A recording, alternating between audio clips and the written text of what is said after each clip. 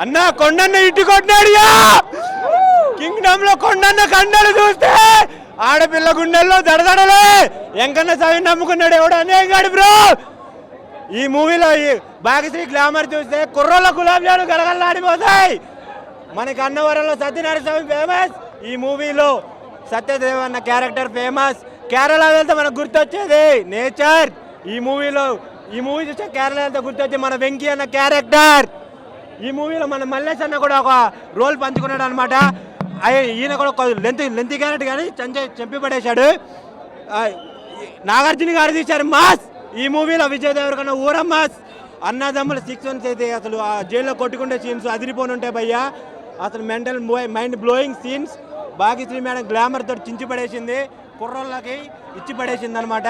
Mental తమ్ముడు నువ్వు కొంచెం ఆప్తా, నేను మొదలెడతా, ఎందుకంటే నేను మాట్లాడాలి కదా. విజయ్ దేవరకొండ గారికి ఈ సినిమా పక్కా బ్లాక్ బస్టర్ భయ్య.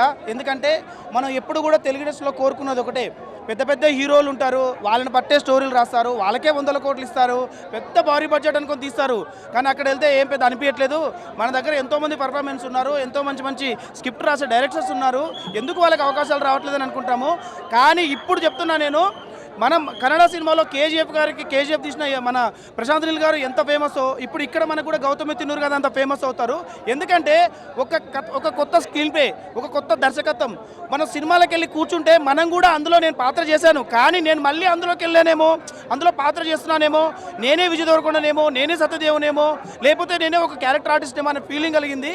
ఒక కొత్త స్క్రీన్ ప్లే చూస్తారు భయ్య మీరైతే. సో ఇంకొక విషయం చెప్తున్నాను, మనం ఎప్పుడు కూడా విజయ్ దేవరకొండ గారి యాక్టింగ్ గురించి మాట్లాడాలంటే ఈ సినిమా తర్వాత నుంచి మాట్లాడతారు. ఈ సినిమా గతం వదిలేస్తారు, ఇక నుంచి పాజిటివ్ స్టార్ట్ చేస్తారు. తమిళ్లో, మలయాళంలో విజయ్ దేవరకొండ గారితో పాటు ఆపోజిట్ అనుకుంటే మనం విక్రమ్ గారు, సూర్య గారు, వీళ్ళందరి పర్ఫార్మెన్స్ చూసి ఇంత మంచి పర్ఫార్మెన్స్ ఉంది అనుకుంటాం కదా. ఇప్పుడు ఈ సినిమాలో కూడా విజయ్ దేవరకొండ గారి పర్ఫార్మెన్స్ అలాగే ఉంటుంది.